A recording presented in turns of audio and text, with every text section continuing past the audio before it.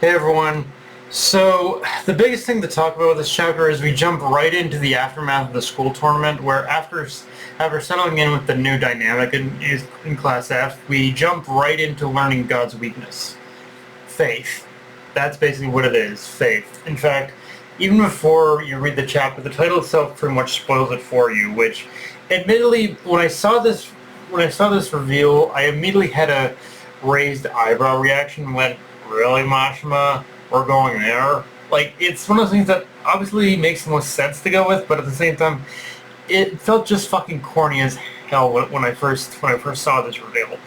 With that said, the more I sat on the reveal, and especially the more I read through the chapter, the more it not only made sense, he, but also the way Mashima explained the dynamics.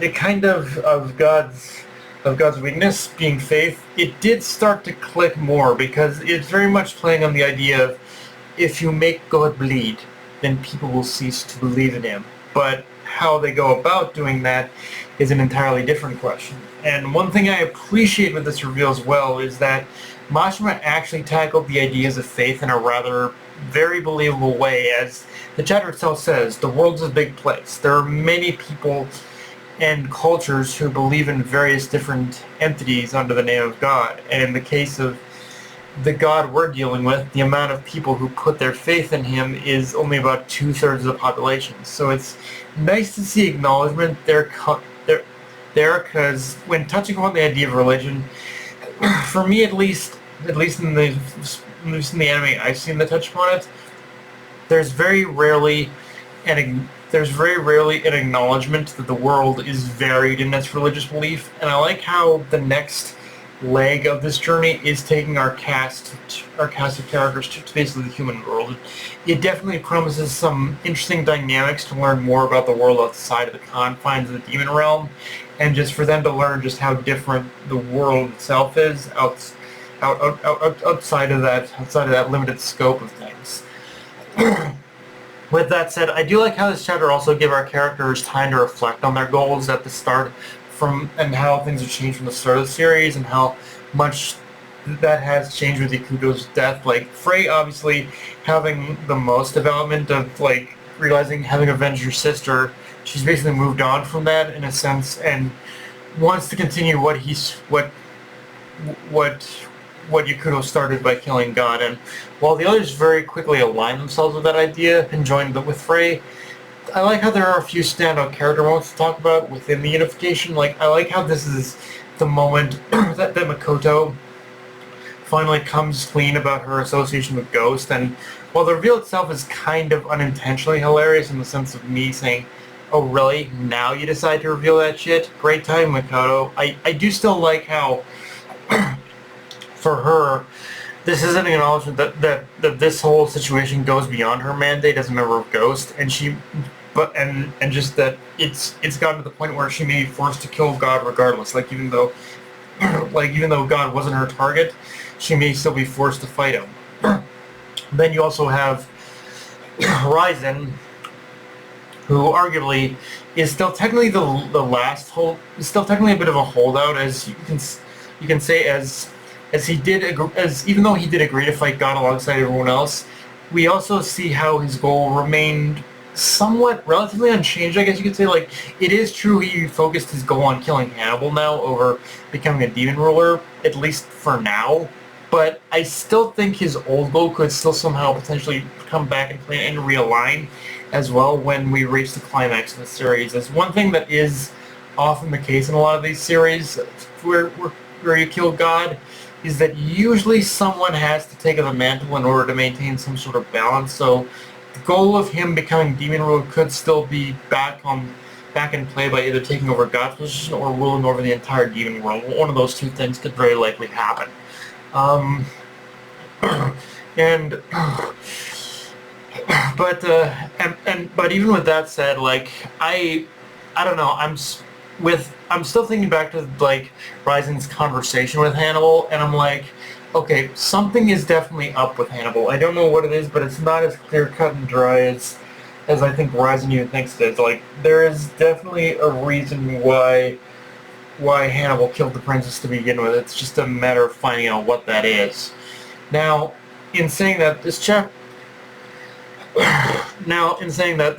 also touched upon the idea that completely breaking people's faith in God might be a little more difficult than initially thought, as God himself visits the kingdom in order to gain another wife for his harem, which, yeah, I can't believe I'm saying those words in themselves, but this is probably the one time where I gotta say, Mashima used the harem idea to great effect with this series.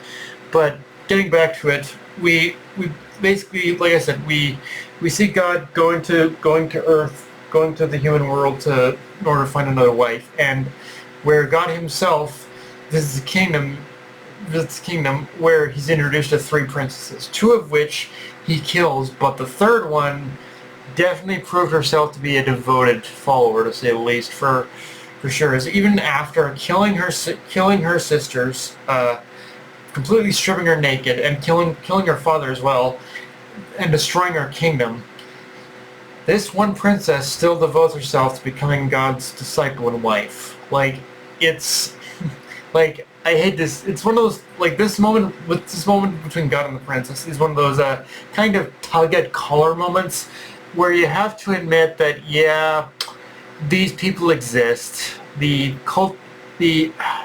don't want to say cultish followers, but yeah, the ones who fervently, in every scope of their being, believe in God's ascension and whatnot. And the third princess is also representative of how much of an uphill battle breaking that kind of person's faith is going to be when their faith does get to the point of being unshakable.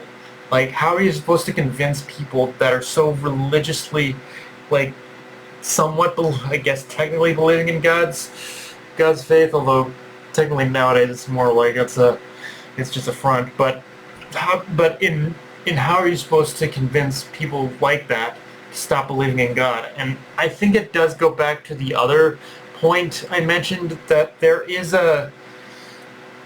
before, which is that you have to make God bleed in order for people to stop believing in him. Like, our group of protagonists have to show that God is not infallible, like that God is in fact is not an all-powerful being as he claims to be. They're somehow going to have to make God bleed in that sense. And breaking is, I think even if they manage to break at least like at least 80% of those 2/3, I think that in itself will still be enough in order to make God bleed, and then the rest will follow along, I think. Now, in saying that, the final thing to talk about with this chapter is we see Yakuto being carried away in an open casket. And yeah, you don't get any more religiously symbolic than that without literally being beaten over your head with it, and just being one of those moments, giant neon sign moments of Mashima telling you, Yakuto will return. Like, the question, like, that's basically what Mashima's doing with this. Like, there's going to be a whole rebirth thing going on with him. The question, though, is how much stronger will he be when that happens? Because this is very clearly going to be a sort of, again, a rebirth scenario where he comes back even stronger than he did before. The question is by how much, and just what kind of power is he going to unlock when he does. Because one thing that I have come to realize when it came to Yakuto's death is that it was kind of a necessary moment, because as we all know, God cursed Yakuto when he massacred his village. Like, that in itself, like, the curse placed upon him by God was always going to be the biggest barrier towards Yakuto fulfilling his ambition of killing God. But now with his death and supposedly his rebirth, that will allow him to break free of the curse placed upon him and very likely come back even stronger. As I imagine what did happen. I think it was even shown throughout the series that, but before he even died, that the curse had locked away his true potential. But now without the curse, he'll be able to unlock the kind of power that was locked away. Was the kind of power of his root that was locked away by the curse. So it's like, yeah, I very much, I do believe Yakuto is going to return, and when he does, yeah, he's gonna, he's gonna come back with power that he couldn't wield before, very likely. But yeah, guys, that's pretty much all I got for this review. If you enjoyed the video, like, comment, subscribe from my Blue Sky, Analyst Crunchyroll. Be sure to hit the notification bell, subscribe button, and just share it around, guys. Dark Knight of Night signing off. Later, everyone.